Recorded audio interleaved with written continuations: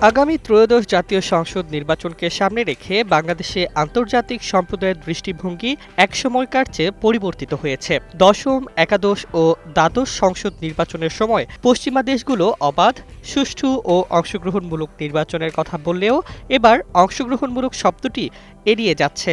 অন্যদিকে ভারত এখন বাংলাদেশে অবাধ, সুষ্ঠু, অংশগ্রহণমূলক ও অন্তর্ভুক্তিমূলক নির্বাচন প্রত্যাশা করছে।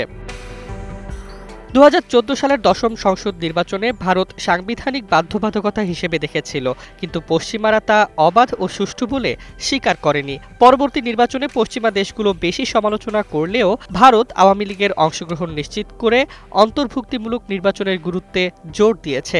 বর্তমান অন্তর্বর্তী সরকারের আওতায় বিএনপি সহ বড় রাজনৈতিক দলগুলো নির্বাচনে নেই, যা নিয়ে পশ্চিমা দেশগুলো উদ্বেগ প্রকাশ করেছে। তবে ভারত তাদের অবস্থানে স্পষ্ট।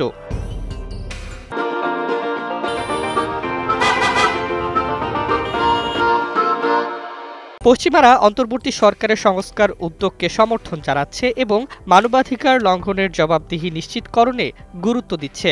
যুক্তরাষ্ট্র, ইউরোপীয় ইউনিয়ন, কানাডা, ব্রিটেন ও ফ্রান্স অবাধ ও সুষ্ঠু নির্বাচন সহ গণতান্ত্রিক সংস্কারের ওপর জোর দিচ্ছে।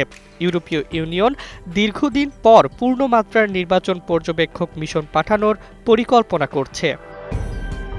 চীন দেশটির স্থিতিশীলতায় গুরুত্ব দিয়ে অবাধ ও শান্তিপূর্ণ নির্বাচনের ওপর জোর দিচ্ছে। জাতিসংঘ মানবাধিকার লঙ্ঘনের তদন্তের সুপারিশ করেছে। সাবেক রাষ্ট্রদূত এম হুমায়ুন কবির বলেন, পশ্চিমারা জনগণের অংশগ্রহণকে মূল মূল্যায়ন করে, যেখানে ভারত অন্তর্ভুক্তিমূলক নির্বাচন বলতে আওয়ামী লীগের অংশগ্রহণকেই বোঝায়। আন্তর্জাতিক সম্প্রদায়ের মধ্যে পার্থক্য স্পষ্ট, তবে সবার মূল লক্ষ্য দেশের গণতান্ত্রিক ও শান্তিপূর্ণ উন্নয়ন নিশ্চিত করা।